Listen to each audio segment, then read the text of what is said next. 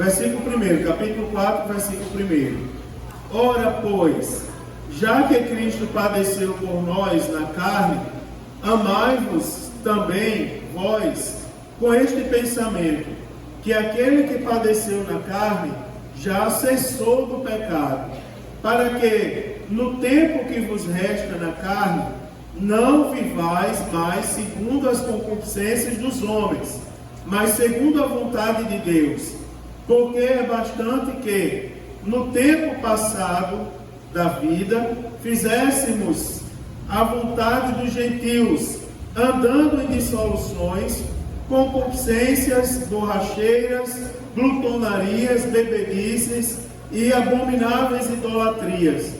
E acham estranho não correrdes com eles no mesmo desenfreamento de dissolução, blasfemando de vós, os que hão de dar conta ao que está preparado para julgar os vivos e os mortos. Porque por isso foi pregado o Evangelho também aos mortos, para que, na verdade, fossem julgados segundo os homens na carne, mas vivessem segundo Deus em espírito. E já está próximo o fim de todas as coisas. Portanto, sede sóbrios e vigiai em oração. Mas, sobretudo, tende ardente caridade uns para com os outros, porque a caridade cobrirá a multidão de pecados, sendo hospitaleiros uns para os outros, sem murmurações. Cada um administre aos outros o dom como o recebeu, como bons dispenseiros da multiforme graça de Deus. Se alguém falar, fale segundo as palavras de Deus.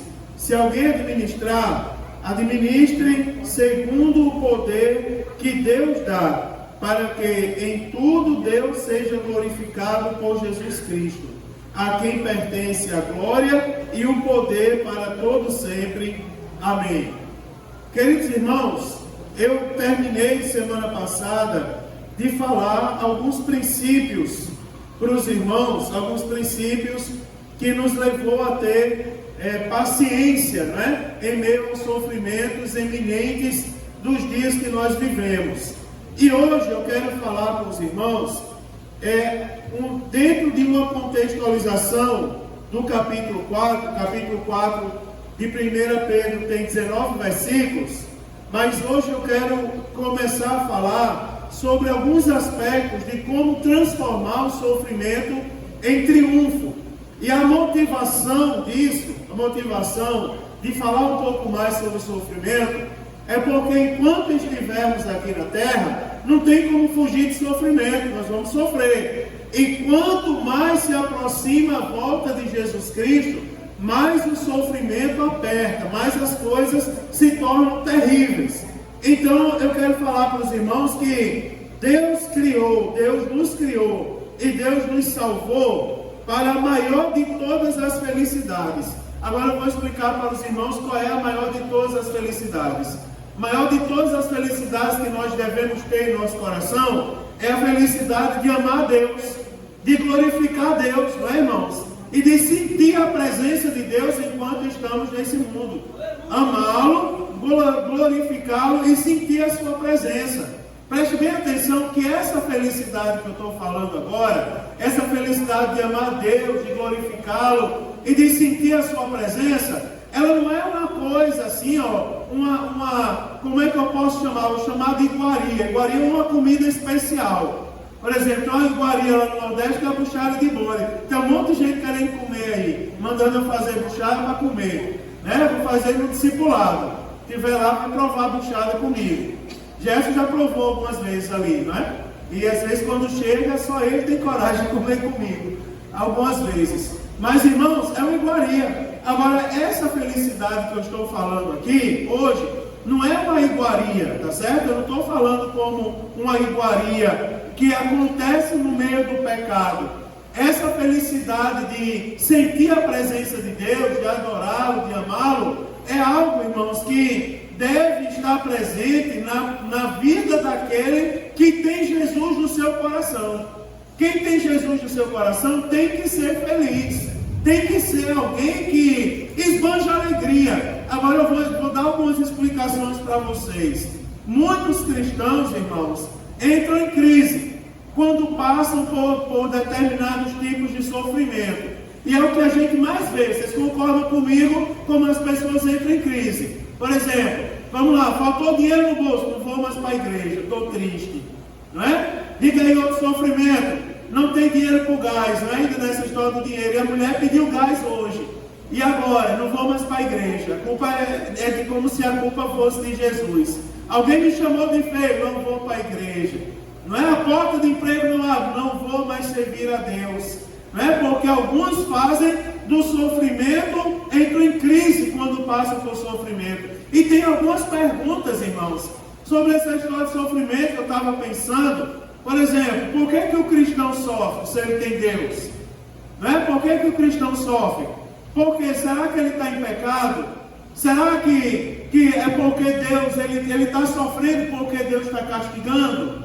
Será que o cristão, irmãos, ele não tem fé ou ele desconhece os seus direitos? Porque tem pessoas que pregam os direitos do crente. Não sei se vocês já viram, vocês têm direito, vocês têm que cobrar a Deus o direito de vocês. Será que o crente não conhece seus direitos, por isso que ele está sofrendo? E tem mais pergunta, por exemplo, tem mais pergunta. Deus, se existe sofrimento, Deus existe mesmo? Tem pessoas se embaraçando com pensamentos desse tipo, não é? Se existe sofrimento é porque Deus existe. Será que Deus existe? Se Deus é bom e onipotente, por que ele não destrói de uma vez o mal? Não destrói de uma vez o sofrimento, faz a gente parar de sofrer? Tem outras coisas mais. Por que coisas mais acontecem a pessoas boas?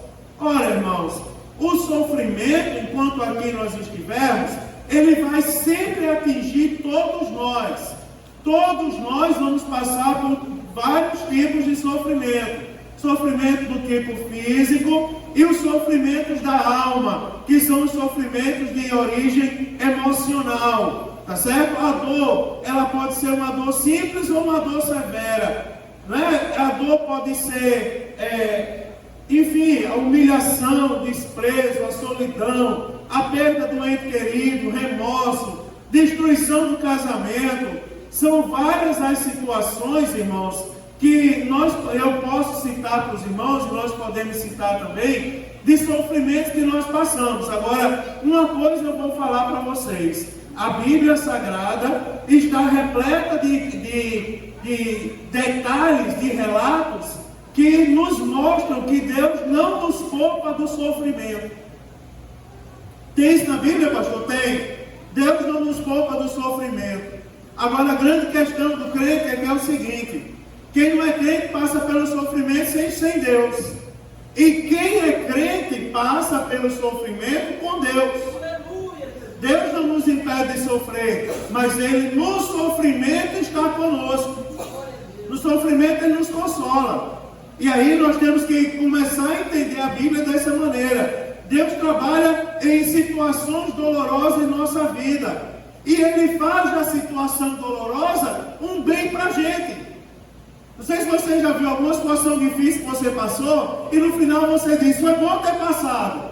Porque se eu não tivesse passado, eu não teria me aproximado tanto de Deus. Acreditem nisso. Pastor Luiz Carlos Marcelai, que pregou aqui na conferência de casais no ano passado, quase no final do ano, uma vez eu ouvi ele pregar, e ele dizia assim, ele pregando para obreiros. Eu fui visitar ele quando ele dirigia a igreja União da Vitória. E ele disse assim, ele dizia para os obreiros: irmãos, toda igreja tem que ter um crente trabalhoso. Toda igreja tem que ter um para tirar a nossa paz. Porque se não tiver um para tirar a nossa paz, a gente não ora mais. A gente não tem motivo para orar. Você já viu? Já ouviu falar que em toda família tem um trabalhoso? Na igreja também tem. A igreja é uma família. Já ouviu falar que na igreja sempre tem um que precisa mais das orações? Da família inteira? É porque se não tiver ele, a família não ora. É motivo de orar. Acredite nisso. É porque Deus ainda transforma circunstâncias em benefícios, mesmo que as circunstâncias não mudem. Mas o mesmo Deus, embora a circunstância não mude, Ele continua sendo a razão da nossa alegria. E nós não podemos esquecer disso. Olha, qual é a razão da sua alegria? Se a gente for pensar, irmão Sidney, a gente conversava essa semana, a gente tem motivo para estar alegre com as coisas que estão acontecendo à nossa volta? Não tem, meu amigo. Não é? A gente estava conversando e veio assistindo alguns vídeos e relatando algumas circunstâncias que estavam acontecendo. A gente não tem motivo nenhum para estar feliz. Mas por que a gente dá glória a Deus? É porque a gente não dá glória ao dinheiro, a gente não dá glória às autoridades, a gente não dá glória à idolatria, a gente dá glória àquele que é superior a isso tudo, meu irmão. A gente dá glória a Deus. Deus é o motivo da nossa felicidade. Guarde isso de uma vez por todas no seu coração. Pastor, meu Deus do céu, minha vida está de ponta cabeça. Mas você tem Deus? Tem. Então alegre o seu coração porque você tem Deus. Se a vida está de ponta cabeça, Deus tem poder para colocar a vida de cabeça a ponta, inverter as coisas e você dá glória a Deus de novo. Não é verdade, irmãos? Isso a gente não pode esquecer. Agora tem um detalhe. Eu quero começar o assunto de hoje falando para os irmãos quais são os propósitos de Deus no sofrimento do cristão. E aí eu vou começar do versículo 1 ao versículo 11. Eu não sei se eu vou terminar, mas eu vou começar. Primeiro olhe comigo aí do versículo 1 ao 3. Eu vou falar para os irmãos que o sofrimento, vou começar agora com 3 verdades. Primeiro, eu vou falar dos propósitos de Deus no sofrimento cristão. E vou falar algumas verdades, 5 verdades, aliás. A primeira delas é o seguinte: sofrimento nos ajuda a vencermos o pecado. Olha o versículo 1. O versículo diz assim: ora, pois, já que Cristo padeceu por nós na carne, amai-vos também vós com esse pensamento, que aquele que padeceu na carne já cessou do pecado. Preste atenção uma coisa interessante. Eu vou explicar para os irmãos aqui, mas eu vou voltar a esse versículo, só para os irmãos entenderem. O versículo aqui, o versículo 1 está fazendo uma comparação. Ele diz assim: ora, pois, já que Cristo padeceu por nós na carne, aí ele diz assim: amai-vos também vós com este pensamento. Amai-vos, ou seja, amai uns aos outros, vós também, com esse pensamento. Aí ele diz assim, qual é o pensamento? Que aquele que padeceu na carne já cessou do pecado. Aí o versículo 2 vai dizer: para que o tempo que vos resta na carne, não vivais mais segundo as concupiscências dos homens, mas segundo a vontade de Deus. Preste atenção uma coisa também, porque é bastante que no tempo passado da vida fizéssemos a vontade dos gentios, andando em dissoluções, concupiscências, borracheiras, glutonarias, bebedices e abominações de idólatras. Preste atenção a um detalhe: sofrimento, ele faz o pecado perder poder em nossa vida. Sabia disso? Eu vou fazer algumas afirmações fortes. Sofrimento, ele faz com que o pecado perca o poder na nossa vida. Agora eu vou explicar para vocês por quê. Porque quando você pega uma pessoa que não tem Deus, um ímpio, você vai ver que no sofrimento endurece o coração dele. Endurece. O ímpio no sofrimento, ele se torna mais ímpio. Agora, o crente no sofrimento, ele amolece o coração. Por que ele amolece o coração? Vou dar um motivo. Por exemplo, ele vai para a presença de Deus orar. O crente que tem Deus como fonte de alegria, no sofrimento ele vai buscar Deus em oração. Então, ao contrário do ímpio que endurece o coração, o ímpio fica lá arranjando dentro: o que está acontecendo? A vida é não pior, nada presta, ninguém presta, mas o crente está na presença de Deus. Você já viu o hino 126, o que é que diz? Tem uma estrofe que diz assim: os mais belos hinos e poesias foram escritos em tribulação, e no céu as lindas melodias se ouviram na escuridão. Sabe quem escreveu esse hino? Uma mulher chamada Frida Wingren, esposa de um dos pioneiros da nossa igreja. Sabe qual é a circunstância que ela escreveu aquele hino? É um hino bonito, não é? Bem-aventurado que confia no Senhor, como fez Abraão. É um dos hinos mais bonitos da harpa. Agora, sabe qual foi a circunstância? Sentada embaixo de uma árvore, chorando, porque foi impedida de sepultar o próprio filho numa cidade pelo fato de ser crente. Estava sofrendo, e no meio do sofrimento, Deus deu um dos hinos mais bonitos da harpa cristã para ela. Porque ela estava embaixo da árvore, tem uma contextualização maior, mas em resumo foi isso. Porque lá embaixo da árvore ela estava lembrando, impediram eu de enterrar o corpo do meu filho. Mas eu imagino, a história não diz isso, eu imagino ela pensando, mas ele está na glória. No arrebatamento eu vou me encontrar com ele. Não quero enterrar o corpo dele, mas isso não apaga a fé que eu tenho em Deus, irmão. Não apaga a fé que eu tenho em Deus. Presta atenção, o cristão, ele não é melhor que Deus. É assim, ó, se o mundo perseguiu Cristo, então preste bem atenção que o mundo ele vai impor sofrimento para a gente. Se o mundo perseguir o próprio Jesus Cristo, irmão, ele vai também fazer com que a gente sofra. Tem cidadão que seja mais assim, que as pessoas mais não queiram em determinados, na maior parte dos lugares hoje do que os crentes querem? Não querem, só procuram o crente quando precisa de oração, que procure mesmo.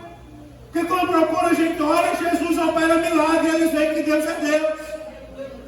Agora, o mundo impõe sofrimento. E o sofrimento nos leva a entender o seguinte, ó, que os prazeres do mundo, que as paixões da carne, elas não compensam. Sofrimento nos leva a acreditar nisso, porque se você endurece seu coração no sofrimento, eu vou dizer, você vai de mal a pior.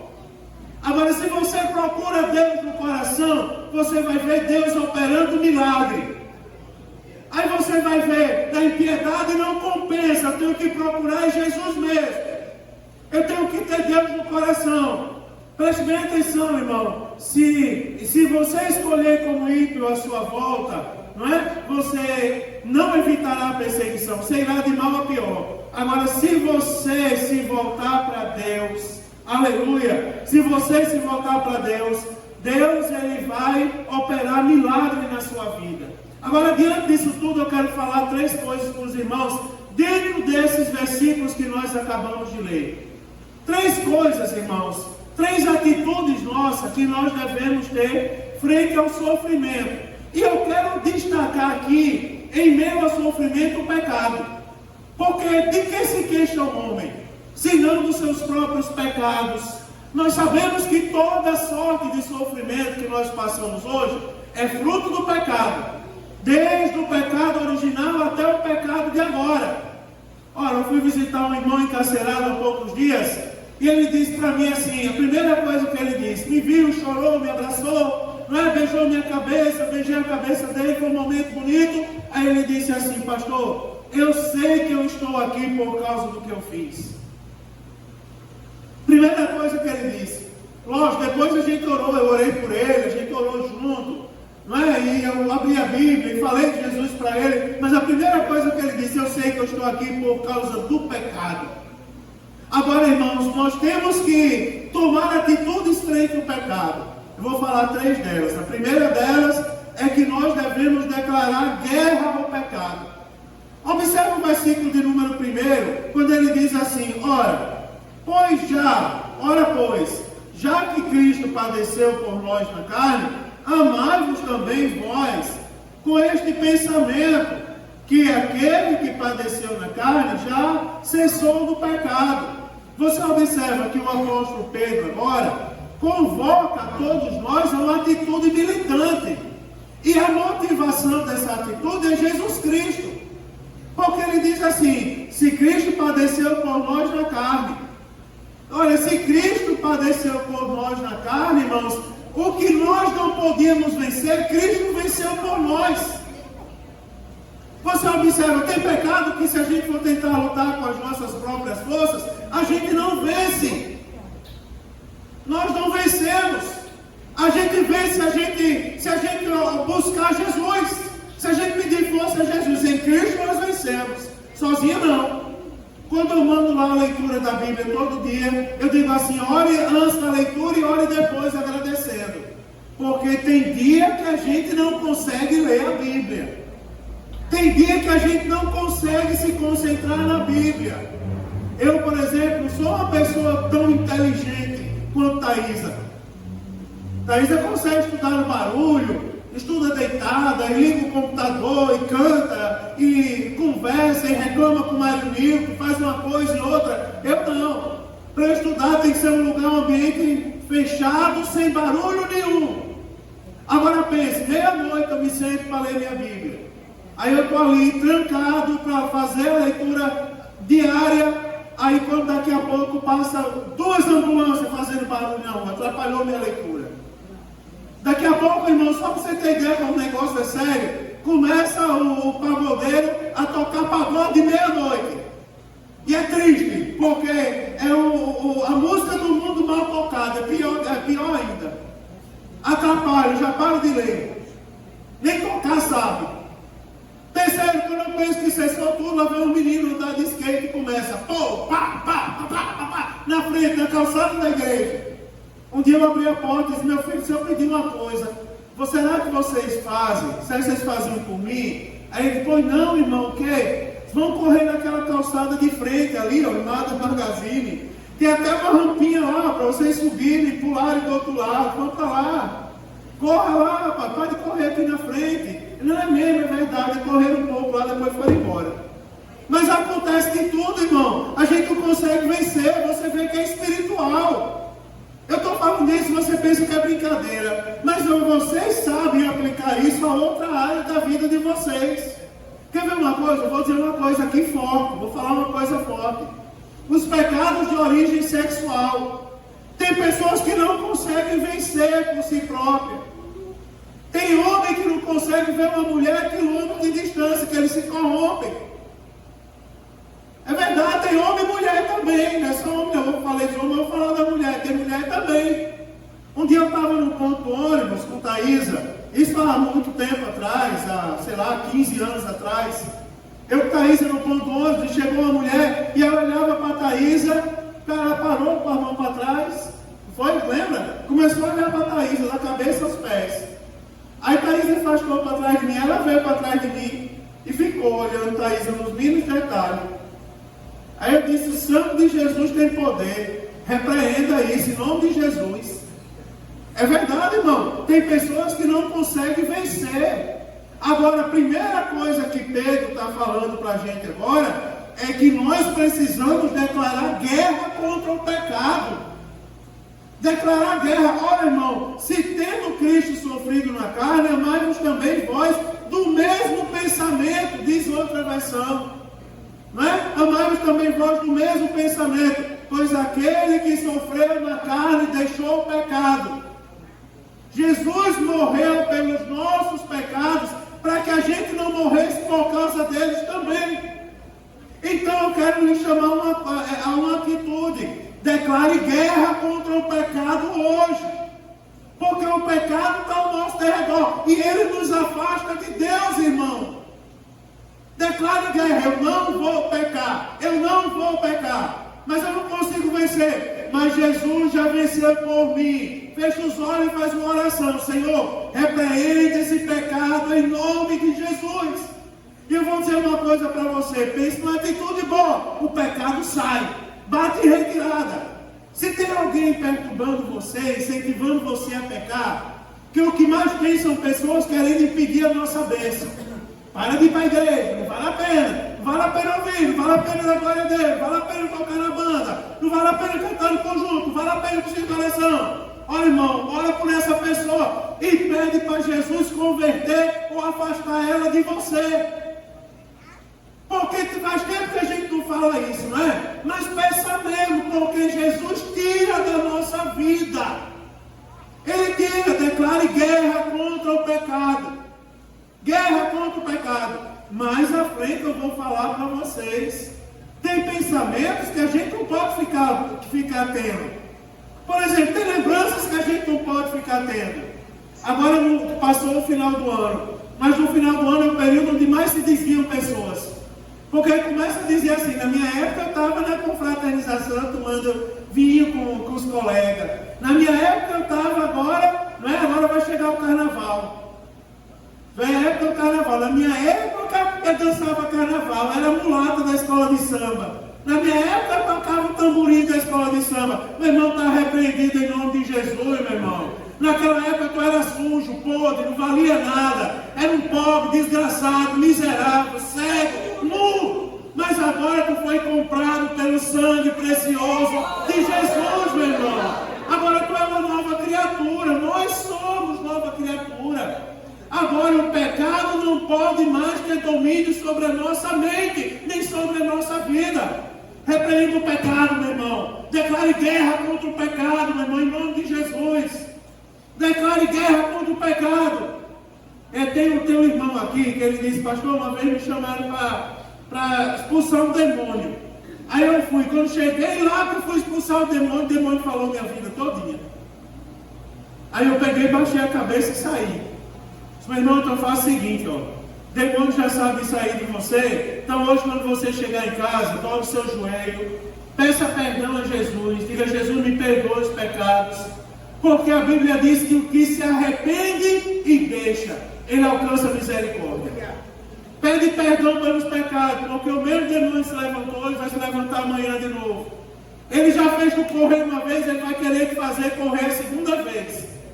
Mas quando agora tu chegar diante dele, vai chegar diferente. Isso é forte, mas é verdade. Tu vai chegar e ele vai olhar e vai dizer assim: tu pecava, demônio, acusador do inferno. Agora eu não peco mais, eu sou uma nova criatura em Cristo Jesus. Agora eu declarei guerra contra o pecado. Pronto, declarei guerra, meu irmão. Faça a vontade de Deus, é a primeira atitude que nós como crentes, nós somos crentes. Mas pastor está dizendo que eu estou em pecado? Não, eu estou dizendo que o pecado bate a porta do nosso coração todos os dias. Ninguém está isento disso aqui, ninguém está isento disso. Segunda coisa que nós temos que fazer: conhecer a vontade de Deus. Olha o versículo 2, diz assim: para que no tempo que vos resta na carne, não vivais mais segundo as concupiscências dos homens, mas segundo a vontade de Deus. Presta atenção que aqui tem um contraste. Se a gente olhar o versículo de número 2, você vai ver dois termos aqui que são contrastantes. É assim: se você fizer um, você não pode fazer o outro. Se você fizer o outro, você não pode fazer o primeiro. Primeiro a gente tem aqui no versículo 2, concupiscências dos homens. Segundo, a gente tem vontade de Deus. Presta atenção numa coisa interessante, porque o versículo 2 ele fala da vontade dos homens e da vontade de Deus. São coisas excludentes, não é? Se você faz um, você não faz o outro. Porque diz, vou ler novamente: para que no tempo que vos resta na carne, no tempo que vos resta nessa vida, irmãos. Aí a Bíblia diz assim: não vivais mais segundo as concupiscências dos homens, mas segundo a vontade de Deus. Qual é a vontade de Deus que nós já sabemos, mas nós precisamos ter em mente? O que é que Deus quer para a gente? Deus quer que nós abrimos mãos de uma vez por todas, não é, irmão, das concupiscências dos homens. É isso que Deus quer que a gente faça. Abra mão das concupiscências e viva segundo a vontade de Deus. Agora preste atenção, irmão. Como é que a gente sabe a vontade de Deus? Lendo a palavra. Abra mão das concupiscências. Olha que a palavra é forte. O apóstolo Pedro está falando para o povo da época dele. Abra mão das concupiscências dos homens. Os homens são maliciosos, irmãos. Quer ver uma coisa? Que eu poderia falar com concupiscência, várias coisas aqui. Mas eu vou falar de uma pouco comum. Por exemplo, como é que você está cuidando da sua mente? Eu já falei isso aqui outra vez, eu não lembro qual a época, qual dia. Não sei faz muito tempo, mas acho que faz muito tempo. Como é que anda a sua mente? Porque tem pessoas que andam assim: peraí, eu não sei o que é que o Lucas está falando de mim. Será que o Lucas está falando mal de mim? Ah, meu Deus do céu. Será que o irmão Nerecinho está falando mal de mim? Não gosta de mim? Está calado ali com a esposa, é porque não gosta de mim? Meu Deus, como é que aquela pessoa não gosta de mim? Isso é concupiscência, irmãos. Eduardo não gosta de mim, meu irmão. Fica com essa caruna olhando para mim o tempo todo ali, ó. Sérgio, Orley. Eu não venho para escola dominical, com esse homem cuidando da escola dominical, sério toda hora, ele não gosta de mim, então ele não pode ver duas pessoas falando. Né? Você já viu o ímpio como é? Não pode ver se eu chamo o irmão e irmã aqui e falo um negócio no ouvido dele, aí alguém vai dizer assim, quem é que o pastor está falando de mim com o irmão e irmã? Mas chegar aqui, ó, vou falar aqui. Né? Aí alguém vai dizer, quem que o pastor está falando mal de mim, meu irmão? Liberte-se disso. Em nome de Jesus. Eu não tenho isso aqui para falar, não. Mas isso também é concupiscência de homens. A melhor coisa que existe é a gente ter a consciência limpa. Sabe como é que a pessoa, o homem de Deus, o servo de Deus tem a consciência limpa? Se ele observar a verdade. A palavra é a vontade de Deus. A palavra é a vontade de Deus. Ora, irmão, se eu ando segundo a palavra, eu vou querer me preocupar com o que estão falando de mim? Fale, meu irmão. E cá para nós, ó, se você não quiser que ninguém fale mal de você, está ruim para viver nesse mundo. Não é? Está ruim para viver nesse mundo. Porque o que mais o povo fala é falar mal da gente. Agora eu, como servo de Deus, quero lá saber, fala o mundo todinho mal de mim, meu irmão. Mas ninguém vai me pedir de ir para o céu se eu tiver essa palavra guardada no meu coração. Escondi, Senhor, a tua palavra no meu coração para não pecar contra ti. A vontade de Deus. Segunda coisa, versículo 2. Nós precisamos conhecer a vontade de Deus. A vontade de Deus é que nós andemos segundo as sagradas escrituras. Não ande, a vontade de Deus é que a gente não ande segundo as concupiscências dos homens. Não ande. Não vá na conversa dos homens, não. Eu vou falar uma coisa simples, que o povo tem mais coragem de falar. Mas eu quero dizer, mude as suas vestes. Mude a sua maneira de falar. Acrescente um palavrãozinho. Oh, Satanás terrível.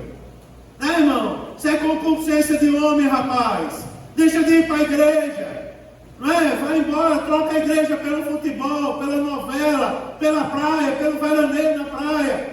Você acredita? O povo prefere ir para a praia, viver sem falta d'água, 10 quilômetros para comprar um pão, uma fila de carro danada para chegar lá e outra pior ainda para voltar. Você já pensou em uma coisa terrível? Ô irmão, vem mais cedo para ir para o culto. Eu não, vou aproveitar até o último momento, concupiscência de homem. E a praia não é pecado, mas trocar Jesus pela praia é outra história, meu irmão. Aí já entra na onda da concupiscência. Não é verdade? Jesus está mandando a vontade dele. Deixa a concupiscência de homens. Esse pastor é doido, manda prender ele. Porque não se prega mais isso hoje em dia. Eu prego. Sabe por quê, meu irmão? Porque o resultado disso aqui, vocês vão ver, é poder de Deus sendo derramado por essa igreja, irmão. Onde não se prega contra o pecado, Deus não derrama poder, não. Mas quando o povo vem aqui, pensa duas vezes antes de pisar nesse altar. Não vou pisar de qualquer maneira, porque Deus revela para os velhinhos em sonho o que está acontecendo. Deus revela as irmãs de círculo de oração, porque aqui não é lugar de santidade em Deus, meu irmão. Terceira coisa, eu vou dizer, não ter saudade do passado. Eita Jesus! Ó, versículo 3. Porque é bastante que, no tempo passado da vida, fizéssemos a vontade dos gentios, andando em dissoluções, concupiscências, borracheiras, glutonaria, bebedice e abomináveis idolatrias. Irmão, não ter saudade do passado. Deixa eu explicar isso aqui para os irmãos. Resistir o pecado, irmãos, nos ajuda a lembrar da nossa cruel escravidão do passado.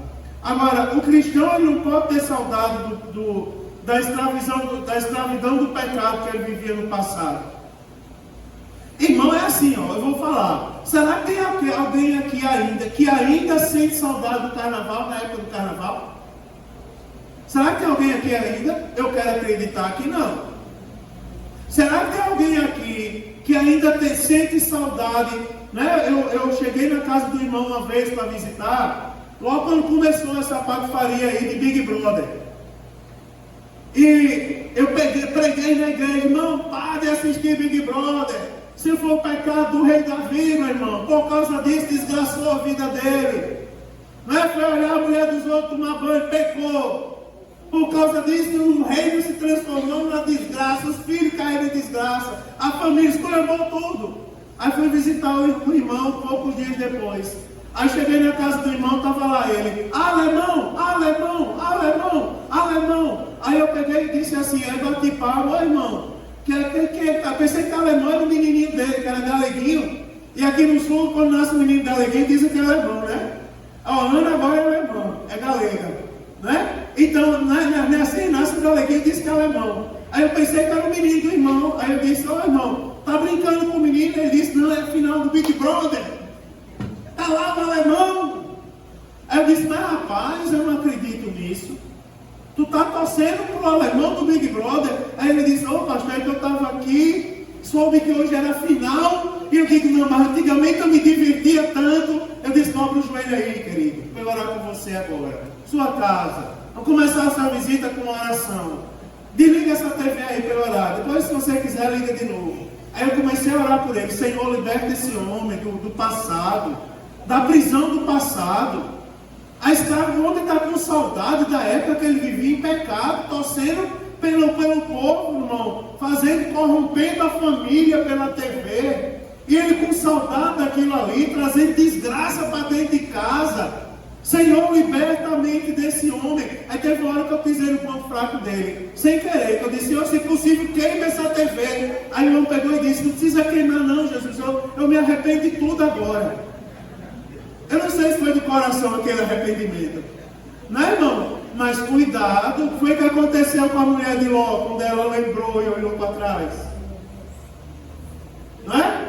Lembrou do que acontecia lá em Sodoma e Gomorra e olhou para trás. Foi o que aconteceu com ela. Virou estátua de sal, não foi, irmãos? Porque lembrou do que fazia. Aquilo ali é um símbolo de quem lembra do que fazia antes, mas lembra no sentido que está dizendo no coração assim, eu vou voltar a fazer. Vou voltar a fazer. Cuidado, né? Eu não vou ser maldoso hoje não. Aliás, eu nunca sou maldoso. Mas se eu fosse maldoso, eu ia lembrar do cigarro sem nicotina, da cerveja sem álcool, da dosezinha de vinho, né, irmão? Da dancinha que não tem nada agora, não tem nada a ver, rapaz. Liberte-se do passado. Olha o que a Bíblia está dizendo, porque é bastante. Em outras versões diz assim, ó, porque basta o tempo decorrido para teres executado a vontade dos gentios, tendo andado em dissoluções, concupiscências, borracheiras. Aí começa a falar. Teve épocas na Bíblia que o próprio Deus mandou o povo olhar para trás. Ele disse assim, ó, lembra da época que vocês eram escravos no Egito. Agora, qual foi a contextualização disso? Lembrar da época que eram escravos no Egito para voltar a ser escravo no Egito? Ao dedinho da escravidão, você já veio e já foi declarada a lei áurea do céu, meu irmão.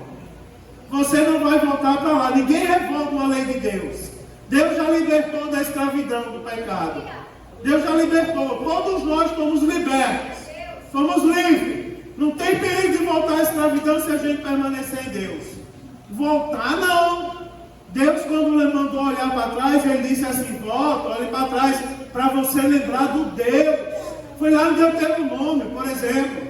Deuteronômio é o livro das memórias. É um livro que repete coisas assim, guarda e não te esqueça jamais.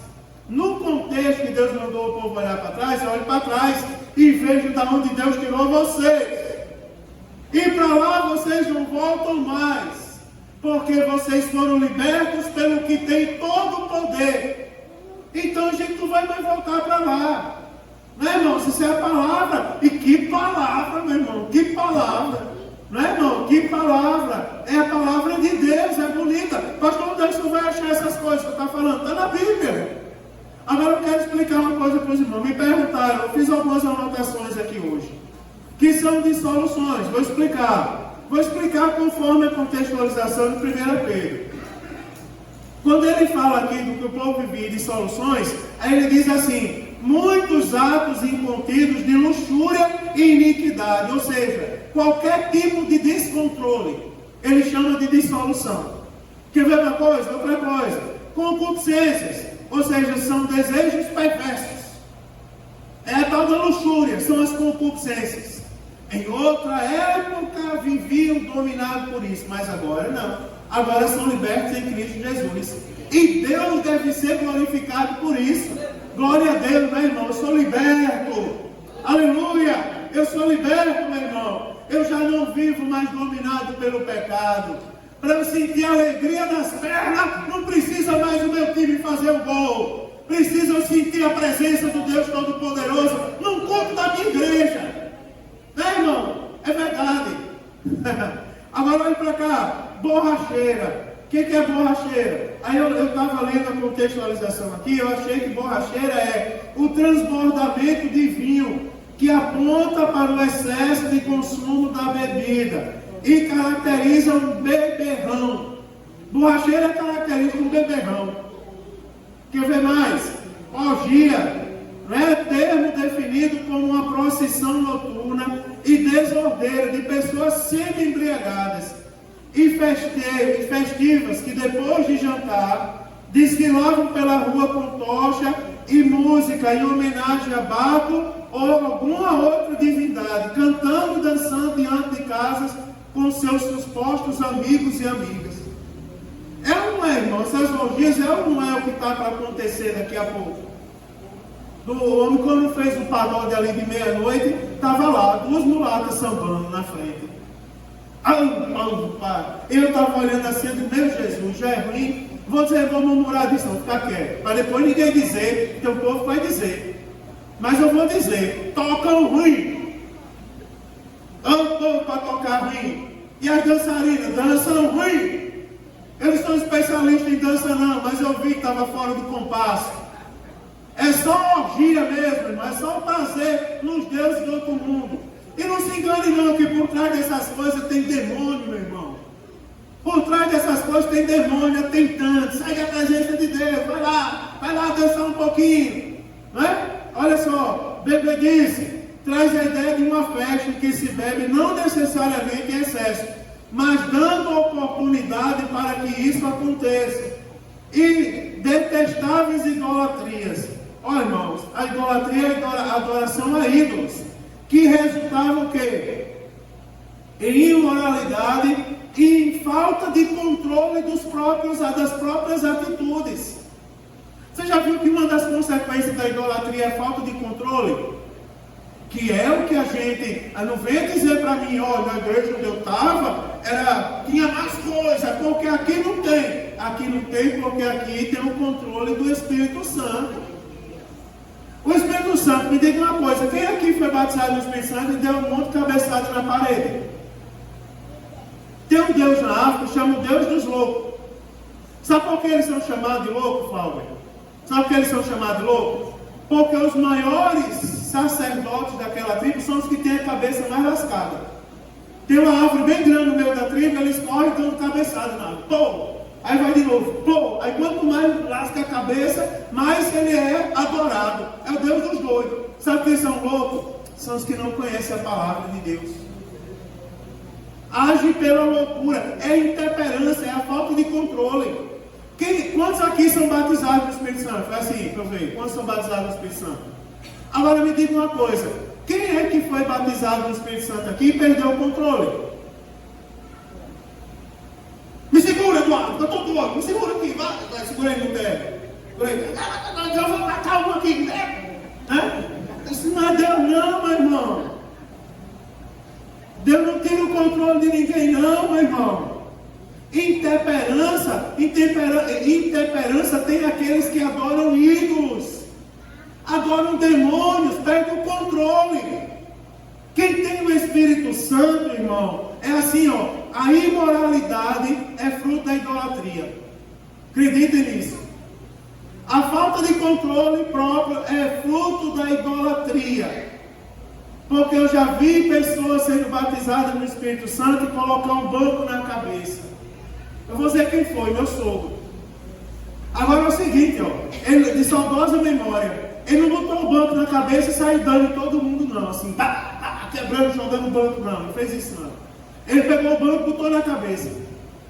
Quando foram perguntar para ele, e essa história de botar banco na cabeça, ó, no dia que ele foi batizado do Espírito Santo, ele disse, é porque eu estava procurando uma coisa para conter minha alegria.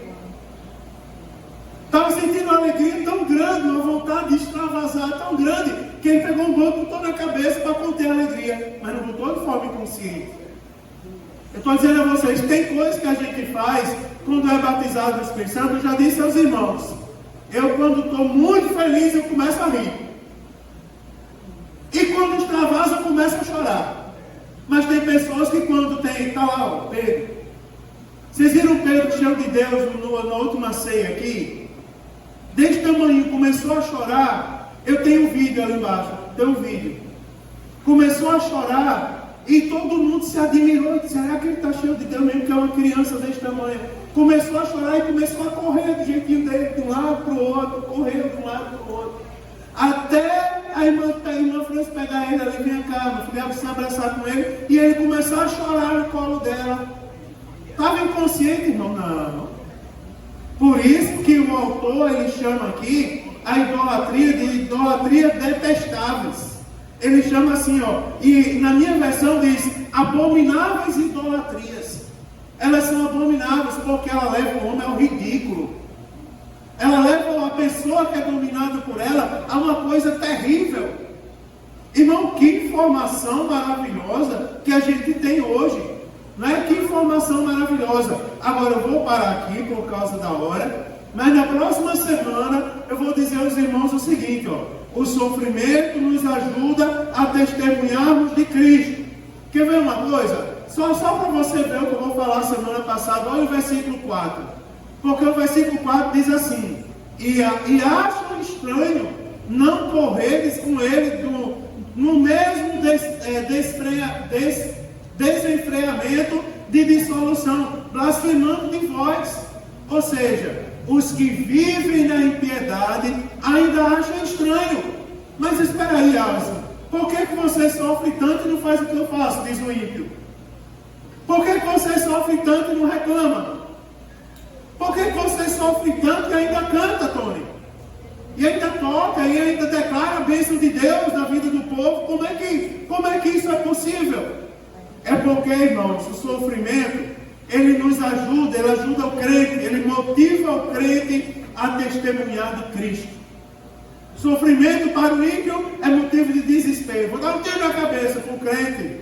Se Cristo comigo vai, eu irei e não temerei, com gozo irei, comigo vai. Não é? Com crente é diferente, meu irmão. Está lá o povo indo de mal a pior, mas está lá o crente cantando o hino da vitória em nome de Jesus. Não é, irmãos? A partir de hoje começou a ser diferente. Sofrimento que perturbava a mente, eu estou aprendendo que em Cristo eu sou mais do que vencedor. Ninguém pode mudar isso na nossa vida em nome de Jesus. Vamos colocar de pé e vamos agradecer a Deus. Vamos orar ao nosso Deus, agradecer ao Senhor por estarmos aqui hoje.